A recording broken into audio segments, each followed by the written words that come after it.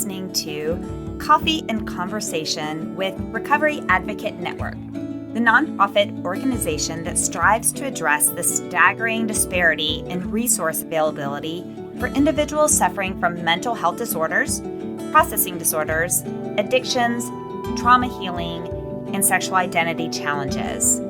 Together, we strive to end the stigma associated with these challenges so that true healing can begin.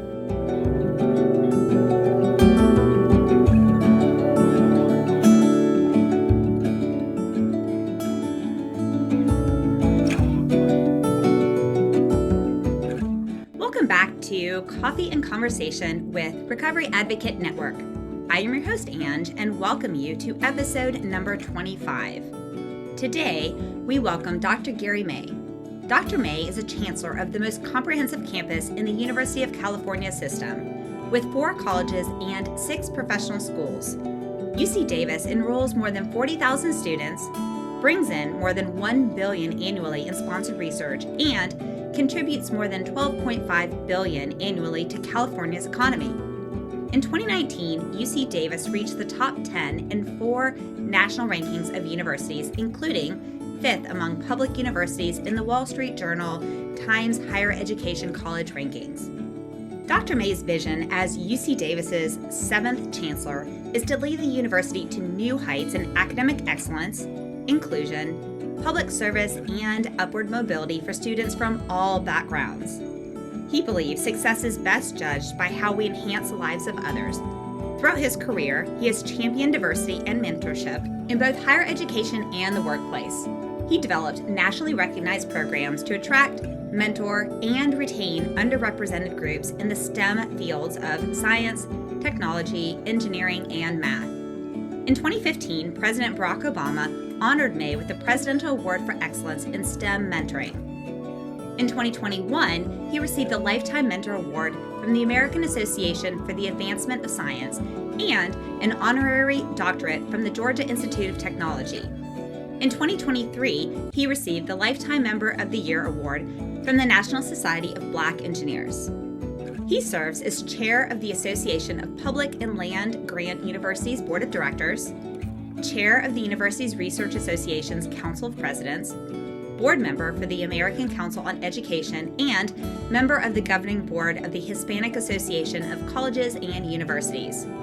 He is a member of the Task Force on Higher Education and Opportunity, member of the National Academy of Engineering's Committee on Racial Justice and Equity, member of the Fulbright Scholar Advisory Board, and an advisor for the National Society of Black Engineers.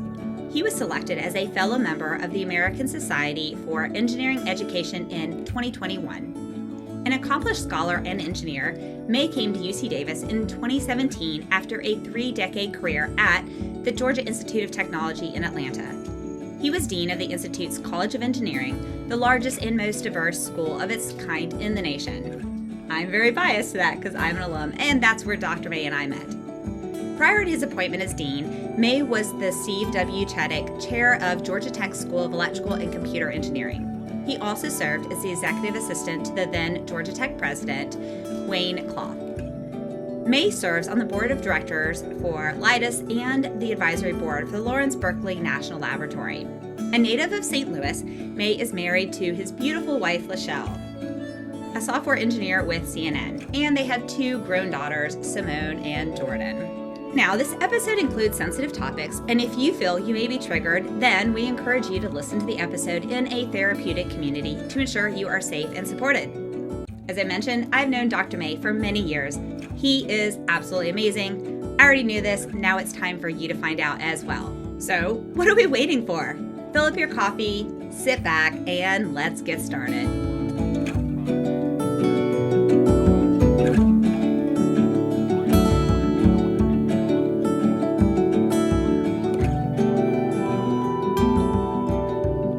Good afternoon, listeners. Okay, I'm really excited about this because I have Dr. Gary May with me today, who I've known for a number of years. I'm just going to talk about your old school for a second. I talk about Georgia Tech all the time.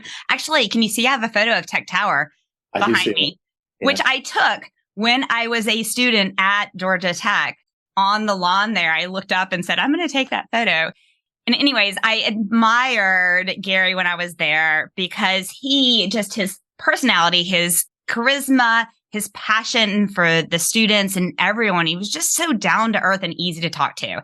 And so I was really blessed to be on the College of Engineering board when he oversaw all of engineering there. And then he made what was to Georgia Tech a horrible decision, but I'm sure to UC Davis and to Chancellor May, a phenomenal decision. He came cross country to the West Coast to become the Chancellor at UC Davis. And so now I'm going to stop talking and allow you to introduce yourself and tell us why you're here today. Well, thanks, Angela, for having me, first of all. I'm really grateful for your invitation. I am currently the Chancellor at UC Davis, as you said, and many wonderful years at Georgia Tech with you and many others that we both know, and miss people. Don't miss the place as much as the people. But I'm having a great time as Chancellor at UC Davis, entering my 7th year as Chancellor here. And we're doing some really important things here, and I'm excited about it. 7 years? I actually don't think that's possible. Now I'm having this moment of, when you see someone or a kid specifically, and they've grown up and you think, wait, I remember when you were this age and it was just yesterday. I can't believe you've been here 7 years. So as you know, this is a mental health podcast and our listeners come from all walks of life. So some of the listeners of the podcast are individuals who've overcome tremendous hardships in a variety of areas. And a lot of their stories are ones of resilience and recovery. Some are therapists and they listen to this for ideas on how to work with their clients. Some are family members. And then some are just individuals who just want to live life to the best ability they can. And I wanted to talk to you because I know as being a chancellor of a university, I wanted to get to your insight into how you view you personally. And I will include in the intro and the outro that the conversation here is our own personal opinions and not that of any institution. And I wanted to view how you personally view where mental health is in the university setting, perhaps some challenges, some obstacles, maybe what your thought process and what you're working to do to make an impact in your current role. I'll just say mental health is so important. It's one of the most critical topics in higher ed today. It took us a long time to really get a grasp of how important this was for our students' education and well-being. You're not going to be successful in the classroom or the laboratory unless you're healthy, both physically and mentally. So that's where we're coming from. And when I got to UC Davis in 2017, one of the first things I did was to form a set of task force around what I call basic needs, and those being housing, food, and mental health. So the one for mental health actually survived to this day. We have a campus-wide task force or committee that evaluates, how we're doing mental health-wise. And we've done some really important things there. We've established a number of, I think, innovative approaches. We have students who we call mental health ambassadors who wear T-shirts and roam around the campus and table at the student union and talk to their peers about their mental health and where they can go to get support if they need it. We have telehealth visits available online for students who want to get immediate support. We have sort of a distributed network of counselors and therapists on the campus. So there's a headquarters, but there are people that are placed in individual units on the campus to be more accessible. We never can hire enough counselors and therapists, though. That's one thing even though we make the resources available, we can't find enough of them to fulfill the needs that we have. So we're trying to do whatever we can to reduce wait times. I'll mention one more thing before I let you get to your next question. We've changed over our crisis intervention process where it used to be, and a lot of this was motivated by BLM and some of the things that happened around George Floyd. But rather than police responding to students' mental health crisis, we have what we call a Health 34 team. The Health 34 is social workers, psychologists, people that are mental health professionals. The 34 just means it's run out of our fire station, which is station number 34. So the 34 really doesn't mean anything, but it means something to us. So anyway, Health 34 is now our crisis response unit, shifting that responsibility from what used to be for police. Now it's mental health fire unit. And it's been extraordinarily successful and popular. The students use it. And I think we've averted some crises, or at least addressed some crises. So I'm really excited to hear that. So I want to ask a couple of questions based on what you just said. So one, absolutely love the idea of the T-shirts on the ambassadors. Okay. And I want to say that because it's one thing to be an ambassador to something, but there's some kind of psychological social thing that if you're wearing a t-shirt, it's almost like a sign, like an outward hug. Come find me. Like I have this on for a reason, right? I got up this morning and I made a decision. I was going to be an ambassador for whomever, whatever the appropriate grammatical term is. Mental health, I needed to help with today. So that is amazing. I don't know. I hope other universities steal it. I don't know. Maybe Georgia Tech will steal it. I do too. I mean, it's working great. I hope they do as well. We got the idea from during the pandemic, we had public health ambassadors who were also students. And they would go run around campus making people put on their masks or stand 6 feet apart or whatever the, proper appropriate thing to do was. And we decided that, students are the best communicators to their peers, not old guys like me, right? So we let the students who probably themselves have had instances where they needed some support mental health wise, talk to their peers about it and where they can get it and try to get rid of the stigma of it and all those sorts of things. Absolutely. Getting rid of the stigma, which is a big part of the mission of this nonprofit, is reducing the stigma. Part of reducing the stigma is educating individuals, which is a big part of the purpose of this podcast, is educational. So tying to that, the students have these t-shirts. Absolutely love this. I do like to call out acronyms because our audience is so broad. I know you said BLM. I think most people know what BLM is, but it is the Black Lives Movement. And so I will call that out. And I do make notes so that I can put it in the outro as well, but I do want to call that out. But tying back to the student ambassadors, I know that and I'm going to reference to Georgia Tech because I have my experience in well-being and advocating there. One of the items that we have talked about is how do we actually provide training to the ambassadors and training to these volunteers? Because I think a lot of society doesn't realize that training is needed. And the ambassadors, they actually need a resource to bounce off their feelings, thoughts, and emotions if someone comes to them with a challenging situation and that impacts their own mental health. So what kind of situations or what kind of training programs do you have set up to set them up for success? Yes, all our ambassadors go through training that's coordinated by our Student Health and Counseling Center professionals. So they know things that are helpful, things that are not so helpful, but when to look for situations they can't handle and how to refer students on to the people that are the true professionals. It's really kind of a wellness approach more than a clinical approach. It's, having people be aware of their mental health and what, when they're stressed out or when they have anxiety and how to recognize it and what to do about it and where the resources are. The student ambassadors do not try to diagnose or clinically provide any therapy to their peers. All they do is talk to them and help them find where they can get help. Perfect. And I love involving the Health 34 team.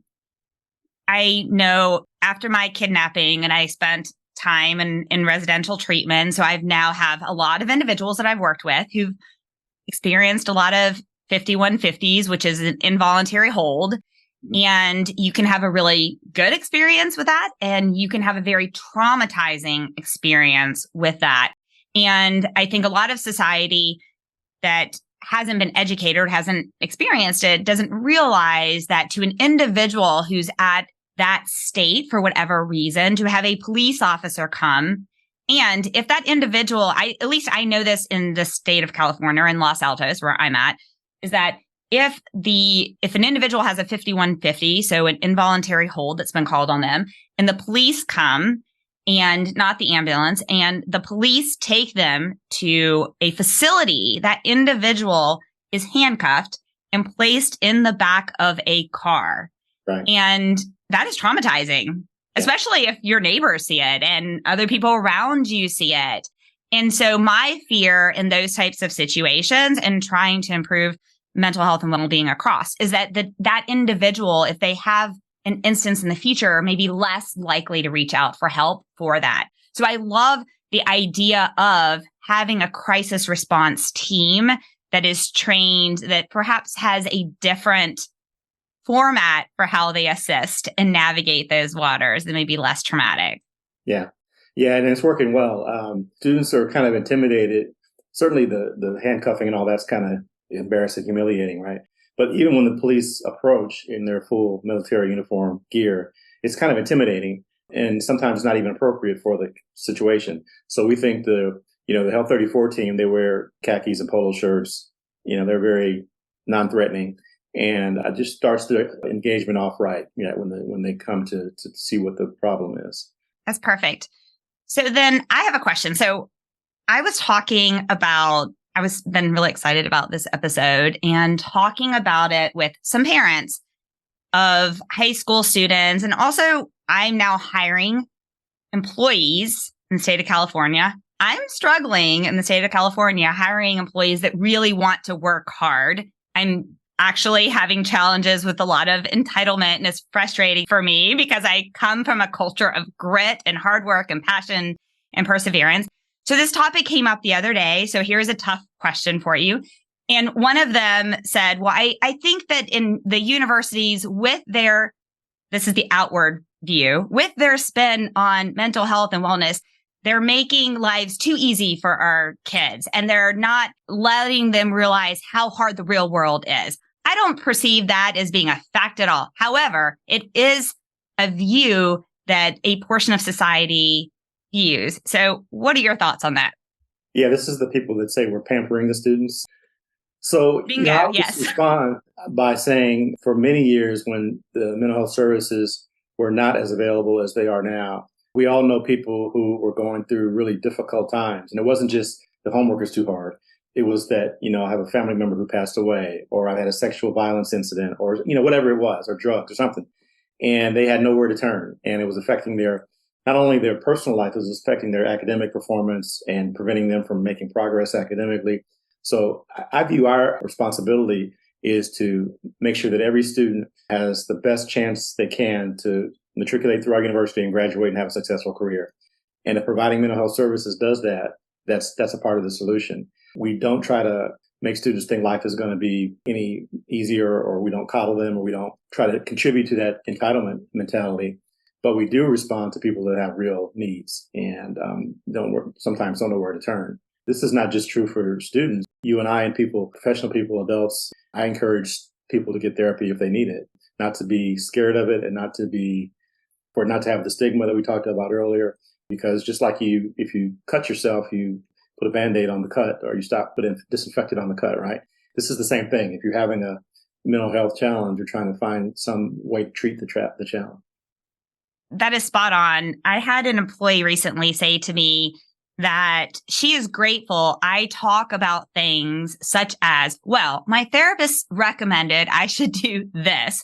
And I purposely, and I should say strategically, make those comments in corporate meetings because I'm a COO.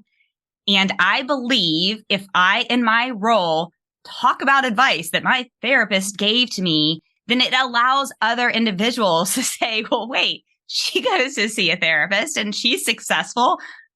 There's nothing wrong. And I am a strong believer that I am a much better human being now. I learned so much about myself and so much more about being a leader, empathy, compassion, about being able to help other individuals be their best self, which I think is something that you do really well. Now, let's talk about you a little bit as a human being and maybe not just as a chancellor. So I know one thing, you're a fabulous dad and you're also fabulous at social media. So what do you want to share with the listeners about you on a more personal side?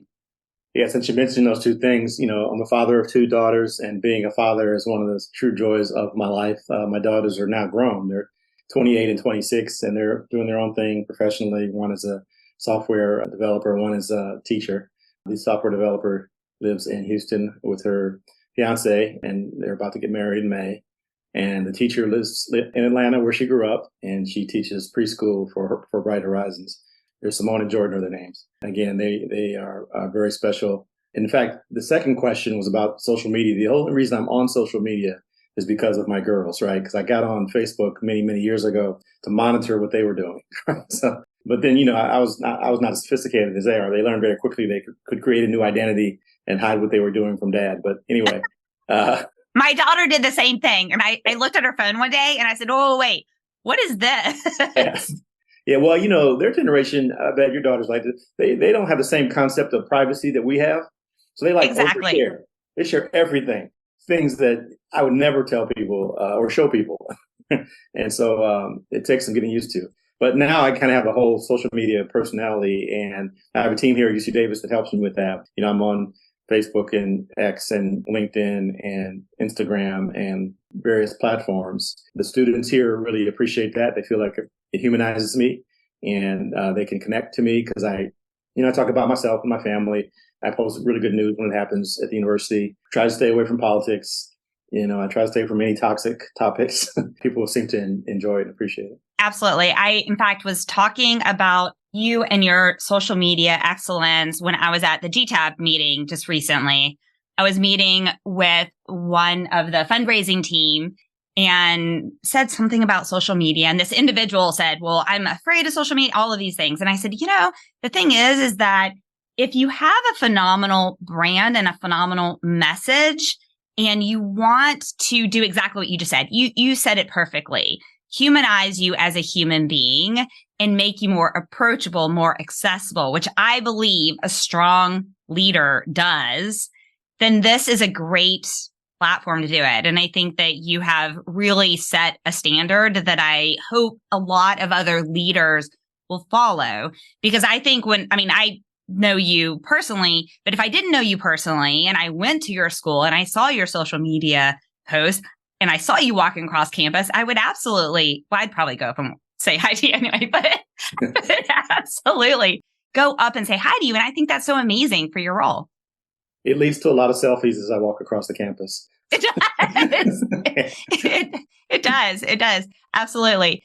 Okay. So, and your beautiful wife, Lachelle, can you share anything that you've been given a thumbs up to share about Lachelle? I think she's amazing. So thank you. And I agree. She also is a Georgia Tech alum. She has a master's from Georgia Tech. We met in Atlanta when I was teaching at Tech, and she was working for Bell South. We're about to have our 30th anniversary this year. So congratulations. Thank you. But she's my partner in crime on the social media stuff as well. She's often participating in the various things that our team asks us to do. Just a quick example, Misty Copeland, the ballerina, is coming to speak on campus in a week or two. So we did a fake thing where Lachelle was dressed as a ballet dancer and I was holding her as she did some sort of move. Anyway. Love it. We do stuff like that all the time. And the students love it. And parents love it too, actually. She's my confidant. She's my bartender. She's my therapist, maybe not in that order. And I can't imagine my life without her. Yeah, you guys definitely, it's very clear you have a beautiful marriage. So congratulations on that. So now let's say, tell me a little bit about your own personal mental health challenges as being in the role that you're at, and maybe even diving back to when you were Dean of College of Engineering at Georgia Tech and the mental. I know as a leader for myself, I have mental health challenges dealing with hard situations when I have to terminate an employee and I have to do what's best for the company. And yet I understand the impact on them and their family. Or when I have an employee who's going through a tragedy, or when I'm stressed and I'm not at my best, and then I hold myself to a level of accountability that's really not appropriate for a human being. I have some of those, and I'm just speaking about me, Ange, as examples. Can you perhaps share some of the mental health struggles that you have and perhaps some of your favorite tools in your toolbox that you use to be able to walk through those journeys? Yeah, you mentioned a couple of them. When you become a leader and you have to discipline an employee or a staff member, or you have to terminate, or in my case, deny tenure for a faculty member, things like that. And I've had to do that for people I felt close to that were friends. That's difficult. And it stresses you out because you're impacting that person's career. It takes a while to get used to doing that and understanding that you're doing what's best for the organization. And often actually for that person as well, because if they're not performing or they're not successful or not a good fit, whatever the reason is, you hope that they can find something better, right, somewhere else. As a chancellor now, it's more magnified because, the spokesperson for the entire university of, in our case, 40,000 students and 25,000 in faculty and staff, I'm under much more scrutiny, media-wise, particularly in a college. So can I interject? I just realized by something what you said, a lot of listeners may have no idea what the role of a chancellor entails. So can you interject that into your answer? Sure. So the chancellor or president of the university is basically the CEO of the university, but it's a little bit mixture of CEO, principal, and mayor. It's kind of a combination of all those roles because I'm responsible for a small town. You consider the university environment like a small town.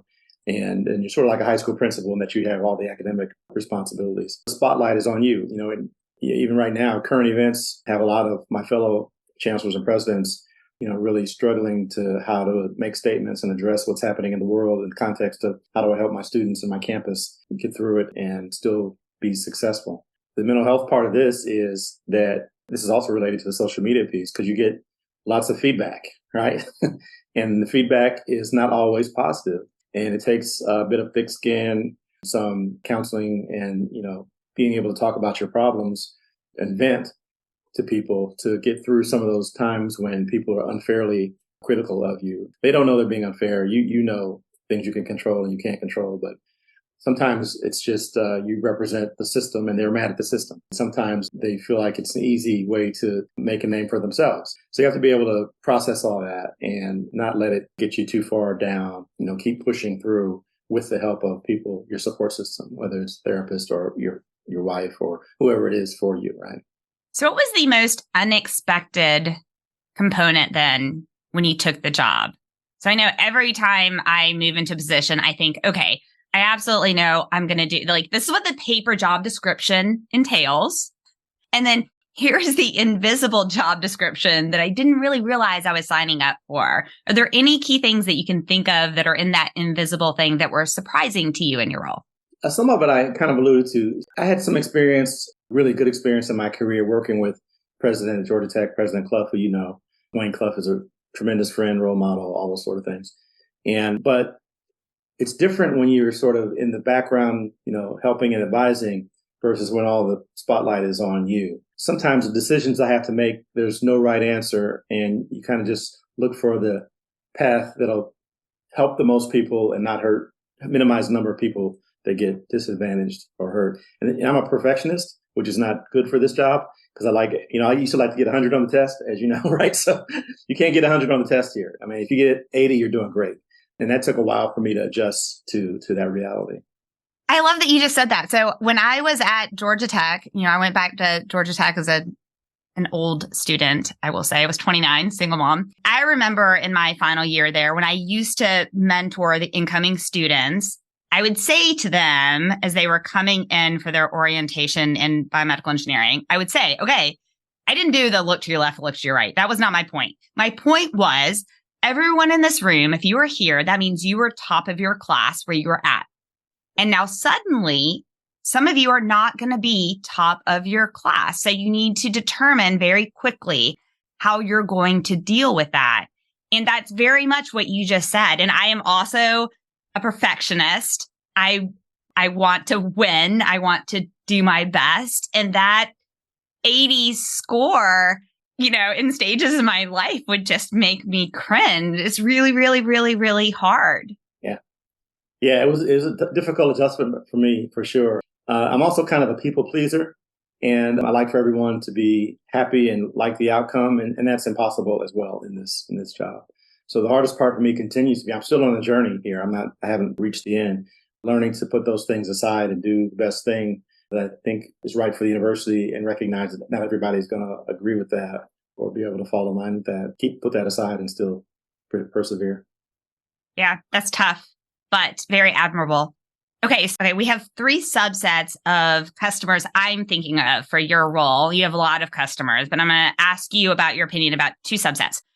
One being students in the university setting, and the other being parents in the university setting. So what advice would you give to students, high school seniors that are both applying to college and trying to select a college? What are some things that they should look for?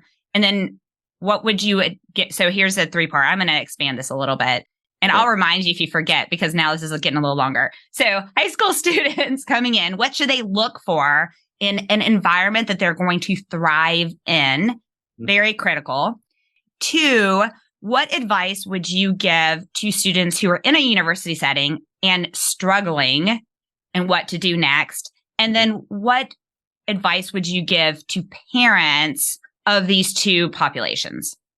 Okay, so students looking for a good university, I would say, obviously, you're going to look at rankings and all those sorts of things. Much more important is a good fit for you. So, for example, some students are very comfortable in a college town, small town environment. Some students would thrive more in an urban environment, like Georgia Tech is, right? There's no right answer. You have to kind of fit those into the things that the environment you think will allow you to thrive. I think you also want to find places where you can follow your passions, and your passions will be academic, but they'll also be co-curricular things you like to do, clubs and organizations, sports, whatever it is. Make sure you find a place that is consistent with those needs. You're a total person. You're not a single-focused individual. So you want to be well-rounded. And I would ask, I always tell students, ask the current students and alumni what their experience was like as you're making these decisions. So you make sure you get a little bit of a testimony. For students who are struggling, I always tell them, first, make sure that you know where your resources and your support systems are across the campus, whether it's mental health or academics or whatever it is, right? There are vast resources available on the campus, and you'd be surprised how many students do not take advantage of those resources.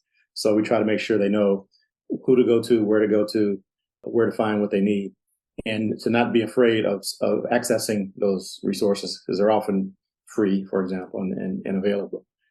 To the parents, I would say, this might be a bit surprising. I would say back up a bit and let your student develop, let them grow. And I know my first inclination with my girls was always, I want to jump in and help, but then they are not allowed to mature if you keep doing that, right? Because they're not going to have you with them all the time. Now, certainly you jump in if something egregious happens, like, if they get injured or whatever. But if they have a problem in a class, or they're not getting along with their professor or something like that, resist your urge to jump in and mother or father them, right? Just kind of let them try to work their way through it, because that's part of the growing up process. That's perfect. I was just thinking, I just interviewed the author of the Change Guidebook, Elizabeth Hamilton Greeno, but I didn't read this quote on her interview, and I wanted to, and it ties to what you just said. So if you're good with it, I'm going to read it and then follow up to listeners. So when you were talking about asking for help, I think that especially in high performers, individuals are afraid to ask for help because they don't want to show weakness. And so in the book, The Change Guidebook by Elizabeth Hamilton Greeno, on page 96, she talks about asking for help. And she says, and I have to pause because I have to put on my reading glasses. Okay. This is getting close to age 50 for me. Okay. You have 1.5 or 2. I'm sorry, what was that? Your glasses 1.5s, 2. What do you have, 2.5? Oh, that's such a great question. These are 2. I'm at 2. Working my way up. All right. People, for whatever reason, equate the words I need help with I failed, or I suck, or I'm less than, or I don't know what I'm doing, or whatever negative energy vibration you want to use in a sentence that indicates or makes you feel like you don't have a clue what is going on. Or at least you think someone is going to perceive that, judge you, or think negatively about you, or worse, let the cat out of the bag and tell someone else. And so she lists 2 success tips after that. And one is just ask people for help. People love to feel needed. And I think we forget that, is that when we don't ask people for help, we're kind of stealing the ability from somebody else to feel needed. We love to lend a hand, lend our expertise, and oh my gosh, love to dish out advice to those who will listen. And then the second key success tip is filter the advice that comes with the help. And she talks about it, put it through your YPFS, which is your personal filtration system. And I love that idea because it says, okay, ask for help. You should. And be also thoughtful about who you ask for that help. For example, I'm not going to ask financial advice from someone who's been bankrupt 6 times. Okay. I'm going to go to someone who's wise, right? So for mental health or struggling for an exam or some of those things, when I was at Tech, what I would tell incoming students is one secret to success is when your teacher has office hours, you go to every single one of those office hours. I don't care if you have a question, make up a question. Like just look at a piece of paper and make up a question so that the teacher knows who you are. So you build a relationship with them, because the world, from my perspective, revolves around relationships with amazing individuals. So ask for help, and then make sure when you're asking for help, you're going to those key resources. And I think that then understanding, for example, at UC Davis, those ambassadors, look for the people who have the t-shirts on. Go to your counseling office, ask for a handout of all of the numbers, the contacts, all of those things to get that information and ask for that, I think is amazing. I 100% agree with both of those. I used to do the same thing about office hours, tell everyone, go to office hours. The other thing that it does is, as you build a relationship with a professor, if you're on the borderline for whatever reason, later on in the quarter or semester, they know you. It's harder they'll give you the benefit of the doubt. They know you're trying, they know you're working hard. So that's just human nature, right? So I had an example of that. I had, 2210? I think the BME 2210 horrible engineering course. And I had an exam where Rihanna got really sick. She had an allergic reaction to something. She was sick for a couple of weeks. And I had an example of two different teachers that I had. They will not go named. One said to me, when I went to her to talk to her, she said, there's this daycare that takes care of sick kids. You should take her there. It's like, are you kidding me? I was a single mom, right? The other one, though, saw that I was working really hard, and he worked with me to take my exams. And I know I was barely at the cusp of making an A in that course. And I don't really know. All I know is my GPA ended up with an A in that course. As we near towards the end of our journey, what are some goals that you have? I think maybe let's talk about one more area of impact. So I believe, my personal quote has in it, we only live once. So we only have one opportunity to make a difference, to build a legacy. And so you need to make it count. And I think you've done a phenomenal job thus far. So what do you have next in your journey? What kind of mission? What do you want people to look back at Gary May and say, this was the impact or the footprint he left on the school, society, the community? What are your goals? Well, I always say whenever I have a job, when I'm done with it, I want people to say he left that school, department, organization, university better than it was when he got there. That's really the macro goal. Whenever it is I leave UC Davis, I want people to feel like the university, either they see more buildings or they see more programs, more money, a different student body, different faculty. I want them to see the impact that I've had in my years here and be able to say positive things. In terms of what's next, I'm not sure. I've done this now. This is my 7th year, as we said. I'm approaching a birthday with a 0 at the end. I don't think it's my last job, but I don't want to make the people here nervous thinking I'm looking for a job, because I'm not. But if I do something else, I think I want to continue to do things that have impact. I look at, maybe a federal agency or something where I could be in a leadership role that has broader impact. I think each of my career steps have been of increasing responsibility and broader impact. So I would look for one last major role like that if I decide to do another job. Yeah, I think that sounds so perfect for you and your experience, your passion, your energy. Anyone would be lucky to have that on their team.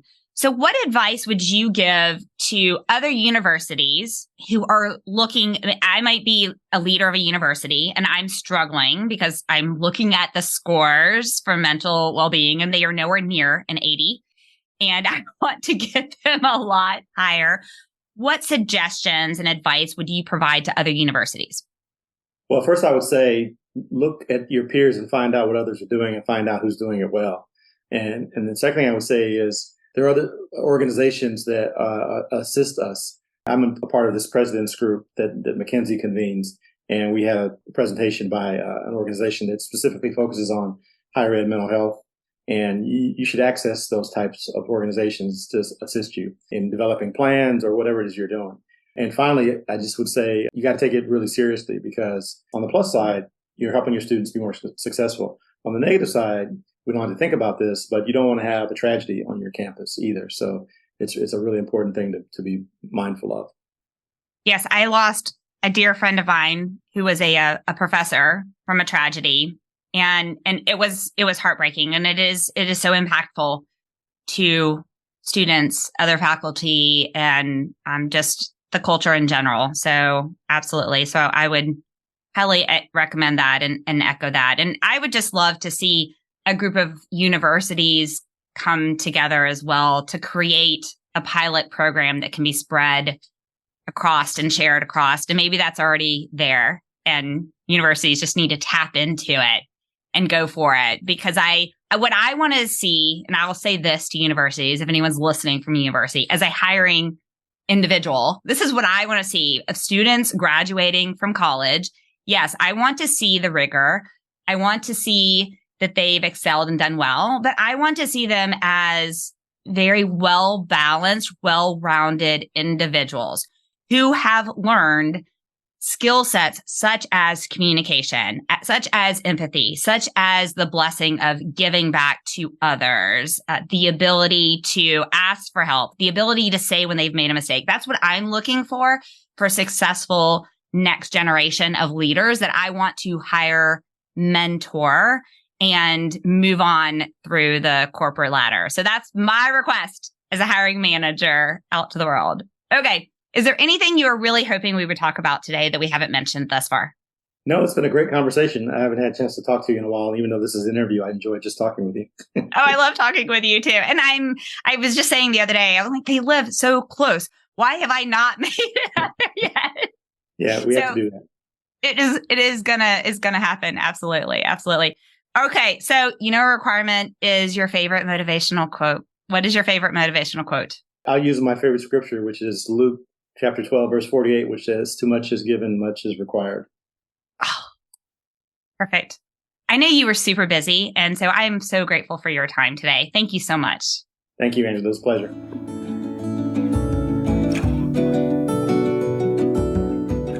You just listened to episode number 25 with Dr. Gary May, the Chancellor of UC Davis.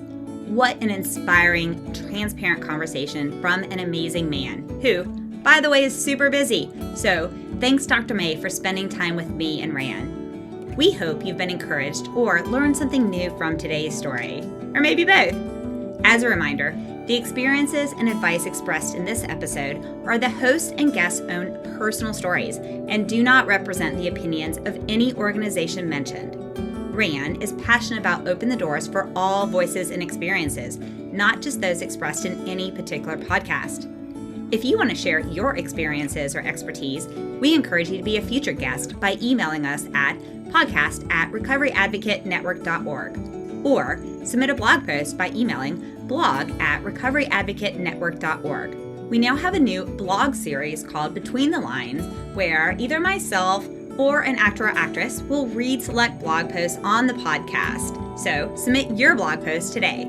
We also encourage you to comment on the episode so that we can continue to provide content that is most beneficial to the community. If you do, we'll give you a shout out. We are proud that every individual working with RAN does so on a 100% volunteer basis. You can support the mission by clicking the love, not like icon on our podcast and subscribing. The reception of this podcast blows us away, and hence we are looking for more volunteers. If you're interested, please send us an email at podcast@recoveryadvocatenetwork.org. We hope you will also connect with us at www.recoveryadvocatenetwork.org, where you can donate to the mission, read those blog posts, and stay in the loop about upcoming events.